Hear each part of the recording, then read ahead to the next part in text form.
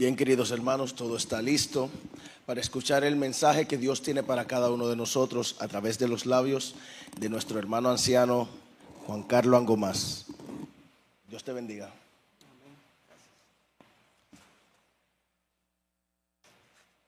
Mis hermanos, buenas noches.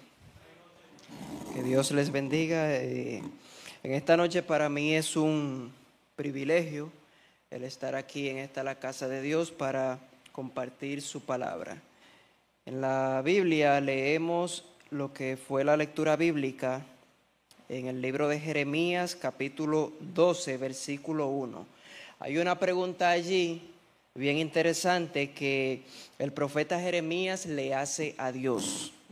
Una pregunta que llama mucho la atención porque no solamente Jeremías en un momento determinado de su vida le hizo esa pregunta a Dios, sino que otros escritores bíblicos y muchos de nosotros también en algún momento le hemos hecho esa pregunta a Dios. Jeremías 12:1 dice: justo eres tú, Jehová, para que yo dispute contigo.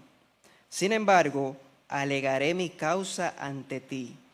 ¿Por qué es prosperado el camino de los malvados o de los impíos, como dice esa versión, y tienen bien todos los que se portan deslealmente? ¿Qué les parece si tenemos una oración? Oramos. Dios nuestro y Padre de amor que estás en los cielos, glorificado y alabado sea tu nombre. Señor, gracias te damos una vez más por darnos la oportunidad de abrir tu palabra. Señor, que no sea el instrumento humano que habla en esta noche, sino que sea el Espíritu Santo hablando a través del instrumento. Oramos a ti, oh Dios, en el nombre de Jesús. Amén. Amén.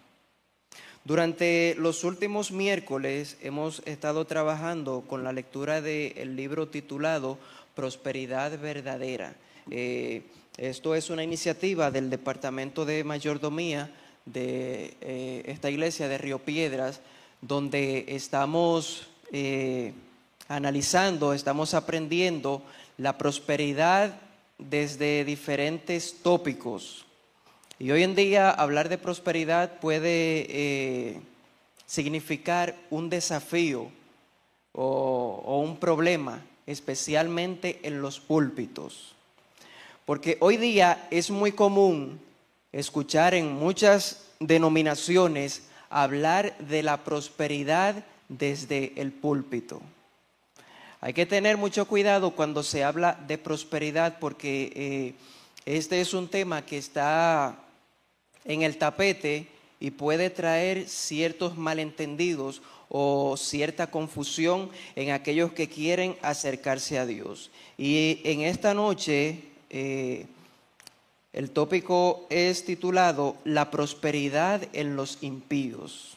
Este es un tema que llama mucho la atención y con relación a eso es que el profeta Jeremías le lanza esta pregunta a Dios.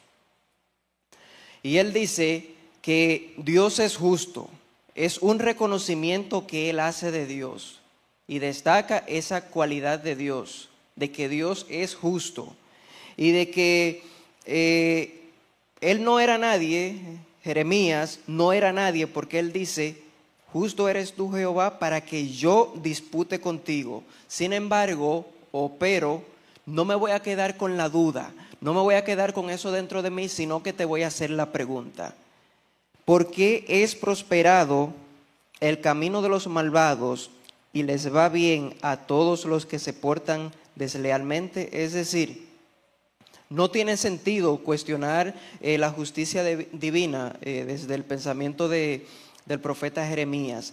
Sin embargo, no puede evitar plantear el problema de la injusticia implícita en la prosperidad de los impíos. ¿Por qué permite Dios que prosperen aquellos que no tienen una relación íntima con Él? Ahora, podemos decir, eran justos los impíos, eran justos los profetas, los personajes bíblicos, cuando hacían este tipo de pregunta a Dios. ¿O somos nosotros justos cuando queremos cuestionar a Dios? Son cosas en las que el ser humano, con nuestra finita inteligencia que Dios nos ha dotado, nos tomamos el atrevimiento de cuestionar a Dios, aunque no tengamos razón. Aunque no entendemos el propósito de Dios a primera instancia, pero muchas veces por desconocimiento o por desesperación queremos cuestionar a Dios y queremos saber el resultado mucho antes de iniciado el proceso. Surge una pregunta: ¿quién es un impío o injusto? En palabras sencillas, un impío es alguien que no reconoce a ningún Dios, que es una persona irreligiosa, una persona incrédula, que no cree en Dios, no tiene ningún temor de Dios y por lo tanto esa persona actúa de la manera que él piensa que es correcto, que es conveniente. En la Biblia, tanto en el Antiguo como en el Nuevo Testamento, hay algunas palabras que definen lo que tiene que ver con esto, con los impíos. Por ejemplo, en 2 de Samuel, capítulo 23, versículo 6, el término hebreo que aparece allí es Belial o Belial. Y esto es traducido como impío en la Reina Valera, la de 1960. Y literalmente significa una persona inútil, sin valor o un bueno para nada. Aquí en 2 de Samuel 23:6, eso es lo que significa este término Belial, que puede ser traducido como impío.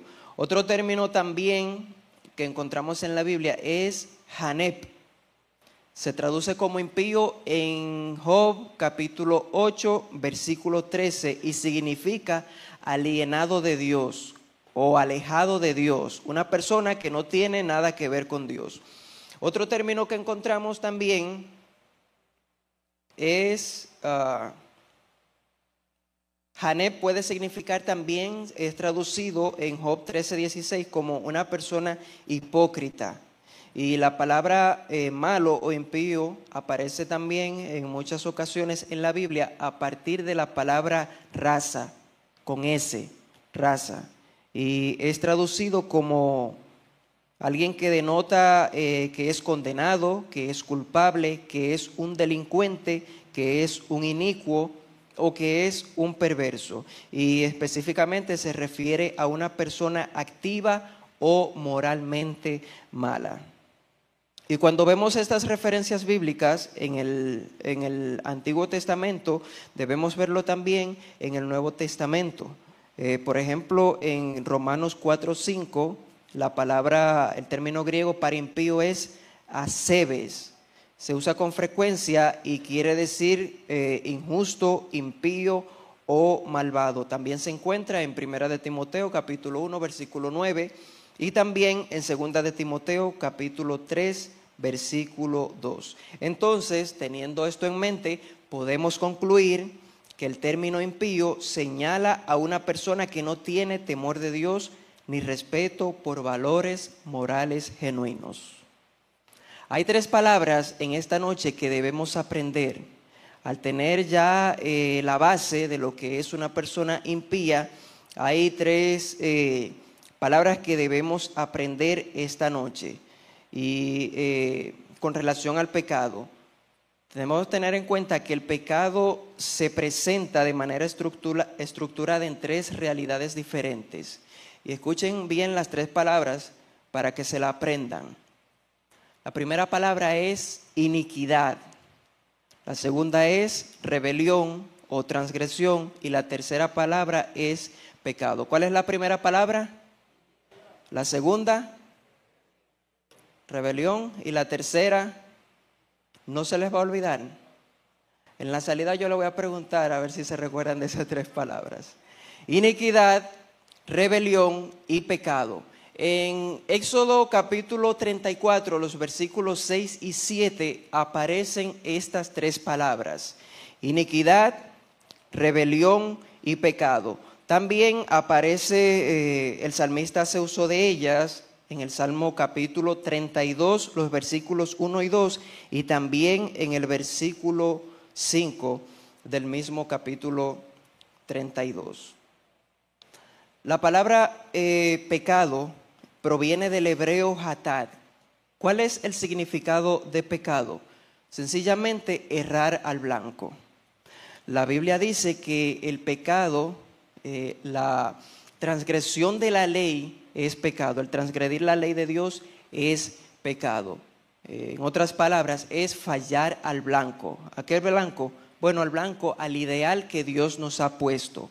La ley es lo que nos hace a nosotros tener un conocimiento de lo que es el pecado. Y una vez nosotros tenemos ese conocimiento, nos lleva a Cristo Jesús, quien tiene la solución al problema del pecado. De manera que cuando cometemos pecado, estamos fallando al blanco, y ese blanco es Cristo Jesús. La palabra rebelión del hebreo pesaj significa desobediencia voluntaria a lo que ya Dios ha dicho.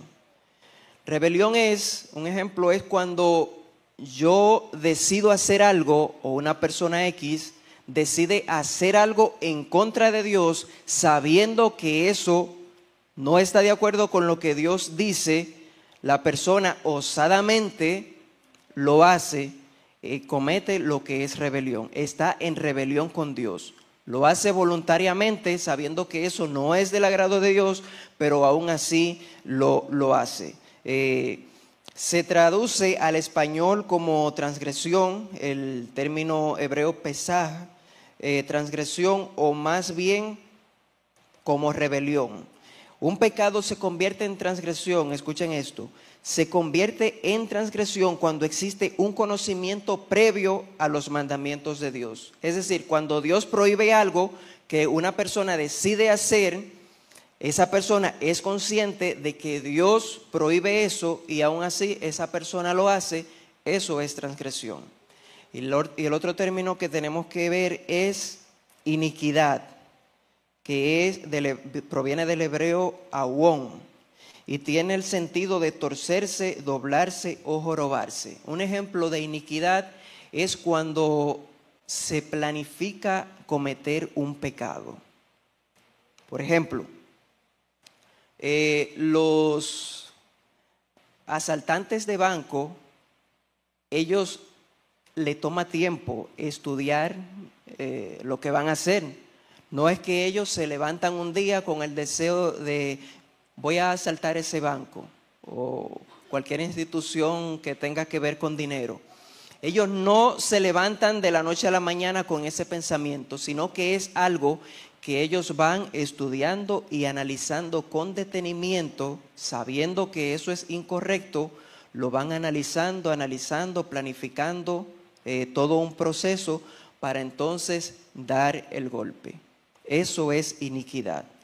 Un pecado que es previamente planificado. Eso es lo que tiene que ver con la iniquidad. ¿Cuáles son las tres palabras que hemos visto? Iniquidad, rebelión y pecado. Una pregunta, ¿se entiende lo que estamos diciendo? Muy bien, continuamos. La iniquidad implica también que el pecado está presente en nuestra vida desde el instante de nuestra concepción y nacimiento. Por ejemplo, el salmista David dice que él fue concebido en iniquidad y también en pecado. En Levítico capítulo 16, versículo 21, Dios dándole las instrucciones a Moisés, debía a Aarón, que era el sumo sacerdote, cuando llegaba el día de la expiación, él tenía que confesar esas tres realidades del pecado por el pueblo. Él debía confesar las iniquidades del pueblo, las rebeliones y también los pecados que el pueblo había cometido. Y entonces Dios iba a perdonarlos. El salmista David dice que él confesó su rebelión, su iniquidad y su pecado ante Dios y pudo alcanzar el perdón de Dios. Y algo interesante, mis hermanos, es que para nosotros poder alcanzar el perdón de nuestros pecados, debemos confesarlo delante de Dios. Si nosotros no hacemos un reconocimiento del pecado, una confesión del pecado y un arrepentimiento del pecado, lamentablemente no vamos a alcanzar el perdón de Dios. Y podemos pensar, llegar al error, una persona puede llegar a pensar que no tiene ningún pecado de qué arrepentirse o no tiene nada que confesarle a Dios. Eso significa que la persona está lejos de Dios. Porque mientras más cerca de Dios nosotros nos sentimos, más pecadores más palpable vamos a sentir nuestro pecado. Porque al estar tan cerca de Dios, de un Dios tan poderoso y tan santo como el Dios que tenemos, nuestra pecaminosidad va a producir en nosotros un sentimiento de que nos vamos a sentir indignos de estar tan cerca de Dios. Así que si nosotros estamos cerca de Dios, realmente vamos a sentir que el pecado produce esa separación entre Él y nosotros. Debemos confesar nuestros pecados delante de Dios para poder alcanzar el perdón que Él nos ofrece. El apóstol Pablo en 1 Corintios capítulo 2 versículo 14 hace mención del hombre natural. Dice: pero el hombre natural no percibe las cosas que son del Espíritu de Dios, porque para él son locura, y no las puede entender, porque se han de discernir como espiritualmente. Espiritualmente es que se han de discernir las cosas de Dios, porque de lo contrario van a parecer una locura. Ahora, ¿qué relación podemos entablar entre lo que hemos visto del pecado, los impíos, con la riqueza? Sencillamente que el impío no tiene en cuenta a Dios, a pesar de que Dios le bendice en abundancia, aún sin merecerlo. De hecho, Dios nos bendice a todos sin nosotros merecerlo. Es únicamente por su gracia y su misericordia que Él nos da todas las cosas que Él permite que nosotros tengamos. Y Él nos permite tener esas cosas no para que nosotros nos adueñemos de lo que Él nos ha dado, sino para que nosotros seamos, ¿qué cosa? Mayordomos. Mayordomos de lo que Dios nos ha dado. ¿Y qué es un mayordomo? Bueno, un mayordomo es una persona que está al cuidado de lo de otra persona. Es simplemente un administrador. No es el dueño legítimo, sino que es un mayordomo, un administrador de lo que determinada persona ha puesto en sus manos. Ahora, al hablar de las riquezas, tenemos que preguntarnos qué es realmente la riqueza. La riqueza se ha relacionado con la cantidad de posesiones materiales que puede o que tiene una persona, que le pertenecen a una persona. Y en la antigüedad, la riqueza se medía o podía referirse a la cantidad de ganado que tenía una persona, cantidad de tierra, aceite, sal, entre otros bienes, como en la semana pasada hablaba el pastor. De esa manera era que se medía la riqueza de una persona. Por ejemplo, en Génesis capítulo 13, hablando de Abraham, antes de su nombre ser cambiado por Abraham, dice me parece que es en el versículo 2, que Abraham era riquísimo. Y lo primero que se menciona allí es que él tenía mucho ganado. Luego menciona que él tenía oro, que tenía plata y demás cosas. Pero la riqueza para ese tiempo se medía en las posesiones que tenían las personas, como ganado, tierras, etcétera, etcétera. Hay un autor norteamericano que ya falleció, que se enfocaba mucho en hablar acerca de las finanzas, especialmente en el ámbito religioso. Su nombre era, ya falleció, Larry Burkett, y él tiene un libro que se titula La familia y sus finanzas, y él define la riqueza de la siguiente manera: es todo aquello que poseemos, nuestro dinero, nuestra familia, nuestra habilidad creadora, todo lo que hemos adquirido desde que llegamos, o sea, desde que nacemos, y todo lo que tendremos que abandonar cuando nos vayamos, es decir, cuando morimos. Esas son las riquezas. Miren qué cosa tan sencilla. Es todo lo que adquirimos cuando nacemos, pero también es todo aquello que dejamos cuando pasamos al descanso. Y Papo, siempre, ¿verdad que los seres humanos nos enfocamos en lo que tenemos, pero no pensamos que vamos a dejar eso? Siempre el ser humano está enfocado en el ahora. No piensa cuando fallece. Con el tiempo, la idea de riqueza se vinculó con la posesión de tierra, oro o plata, y durante la Revolución Industrial, la acumulación de bienes materiales y especialmente de dinero pasó entonces a ser el principal indicador de riqueza de una persona. Una persona puede ser considerada rica, escuchen esta declaración, puede ser considerada rica no solo por lo que posee, sino también por su capacidad para producir recursos. No es solamente por lo que posee, no es rica solamente por lo que posee, sino también por su capacidad para producir recursos. He escuchado que hay personas que son tan hábiles para hacer riquezas que son extremadamente ricos y que de la noche a la mañana pueden perder esa riqueza que tienen y que dentro de, dentro de 10 o 15 años pueden volver a llegar a ese nivel donde estaban. O sea, que tienen la capacidad, yo puedo decir que innata, de producir recursos. Dios ha establecido principios claros para la administración de las posesiones que nos ha dado. Y como ya mencionamos, un mayordomo no es más que alguien que administra recursos que pertenecen a otra persona. El problema fundamental de una persona impía con muchas posesiones, radica en su enfoque sobre la administración de recursos. Y ahí es que está la diferencia entre una persona que le sirve a Dios, que tiene una buena posición económica, entre una persona que tiene buena posición económica, pero que no le sirve a Dios.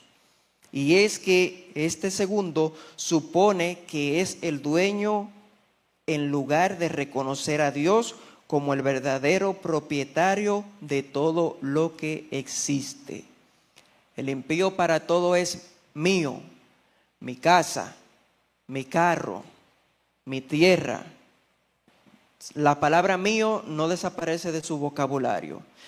Claro, es de él porque lo administra, pero el dueño legítimo es Dios. Hay algunas acciones típicas del hombre natural, es decir, del impío o del incrédulo, que rapidito vamos a ver, así por encimita. La primera reacción de una persona impía frente a la prosperidad es el rechazo a Dios. Y yo creo que esto es lo fundamental.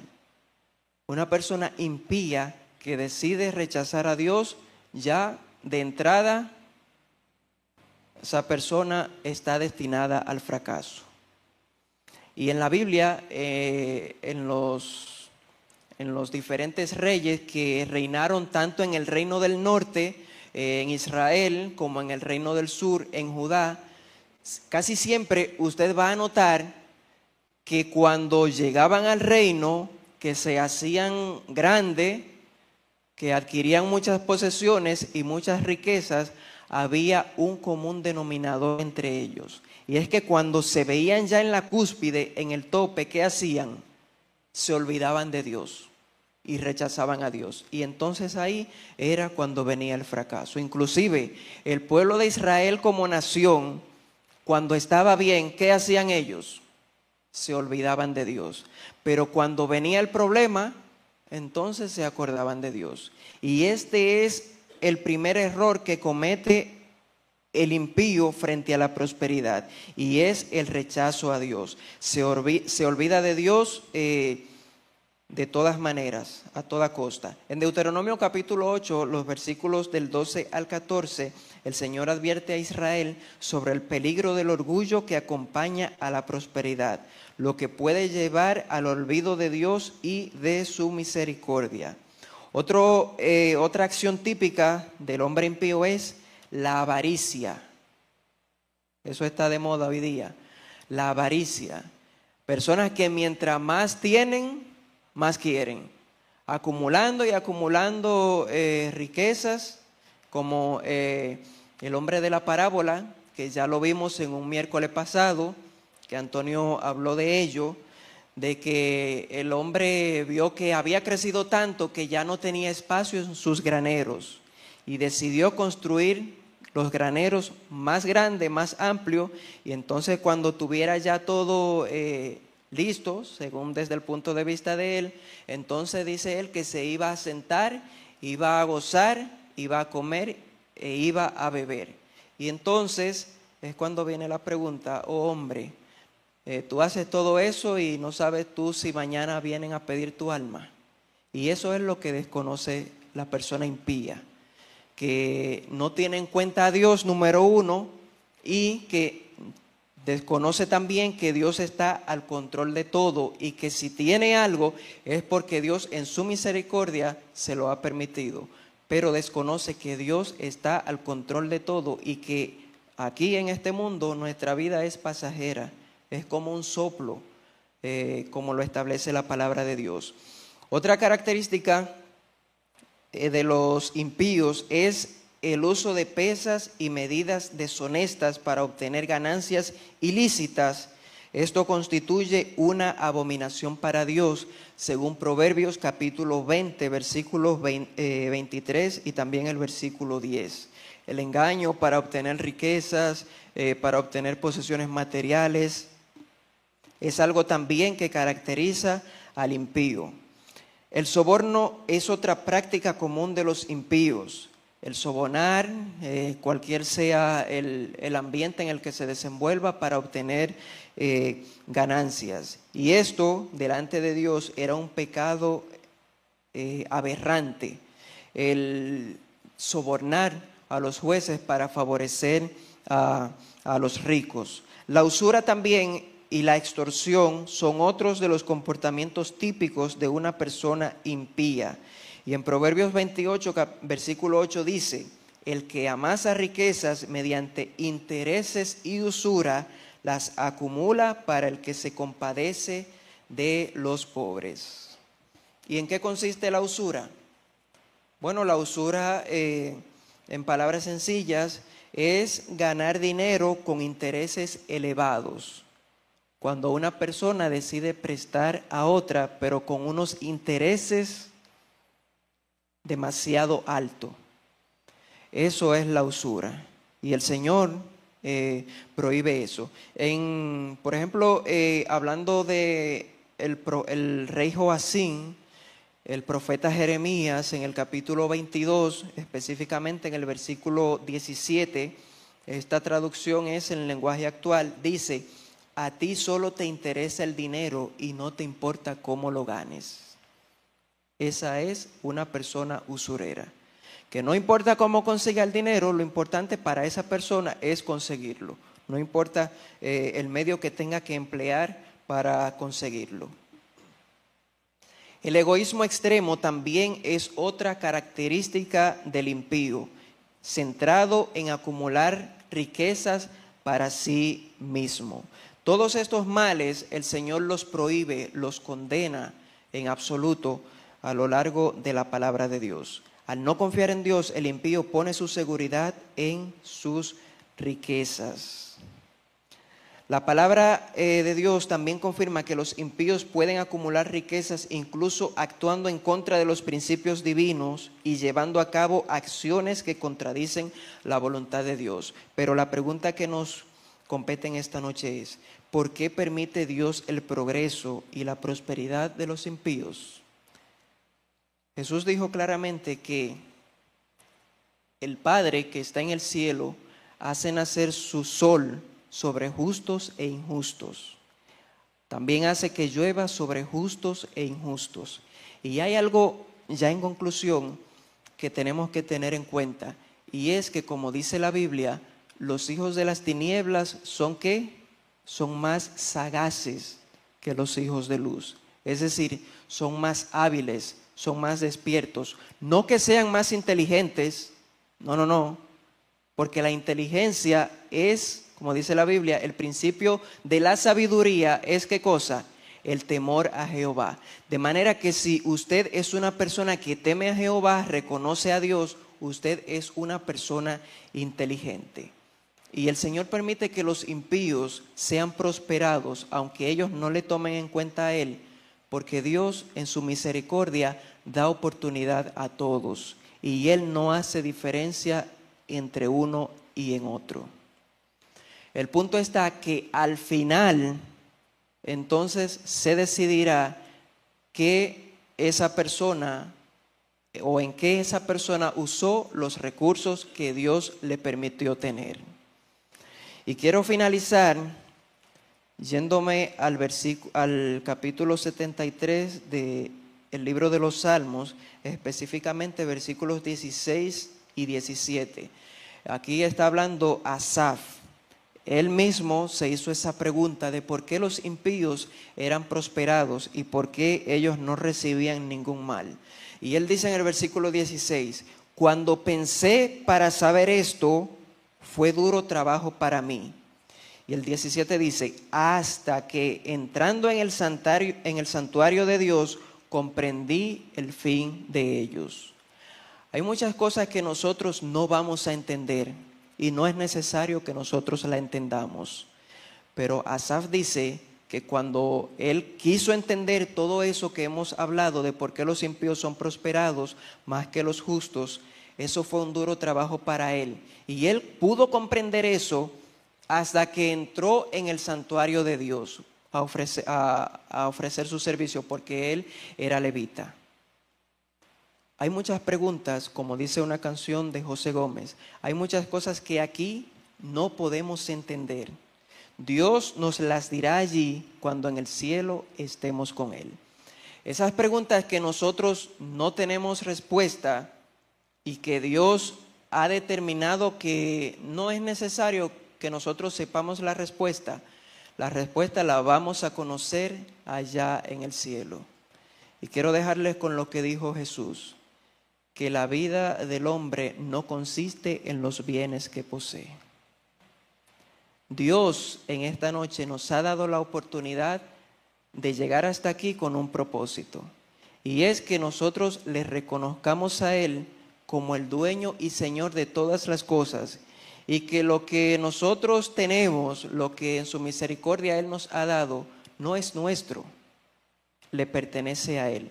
Él es el dueño legítimo de todo lo que Él nos ha dado. La pregunta en esta noche para ti, mi querido y mi querida, es: ¿cómo tú estás empleando eso que Dios te ha dado?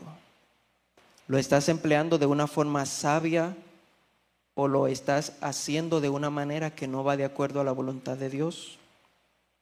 El Señor ha prometido que nos va a dar sabiduría si nosotros se la pedimos a Él. ¿Quieres tú ponerte en pie en esta noche y pedirle a Dios que te dé sabiduría para ser un buen administrador de lo que Él te ha dado? Si así tú lo deseas, vamos a tener esta oración a Dios suplicando que Él nos dé sabiduría para nosotros poder hacer un buen uso de los recursos que Él nos ha dado. Oremos.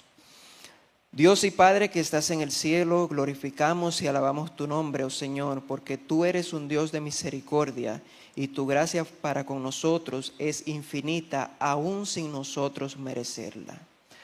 Oh Señor, gracias por tu palabra en esta noche.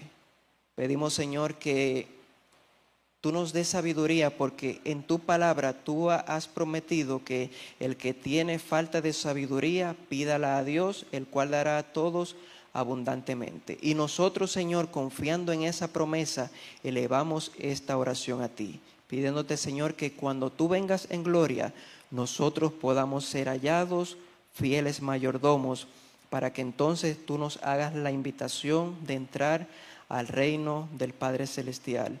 Bien, buen hecho, siervo y fiel. Sobre poco has sido fiel, sobre mucho te pondré. Entra en el gozo de tu Señor. Queremos entrar en tu gozo, oh Dios. Queremos pedirte una bendición especial sobre cada hermano que se ha dado cita en este lugar, en esta noche, para alabarte y glorificarte. Y también una bendición especial pedimos por aquellos que están a través de las redes sociales. Que tu Espíritu Santo, oh Señor, y tus ángeles nos acompañen desde ahora y para siempre, porque lo pedimos en el nombre de Jesús. Amén, Señor. Amén. Que Dios les bendiga, que tengan una feliz noche.